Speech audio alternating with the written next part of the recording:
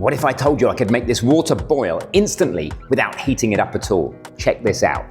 So if any gas was coming in the bottom of this syringe, you would see it bubble up, right?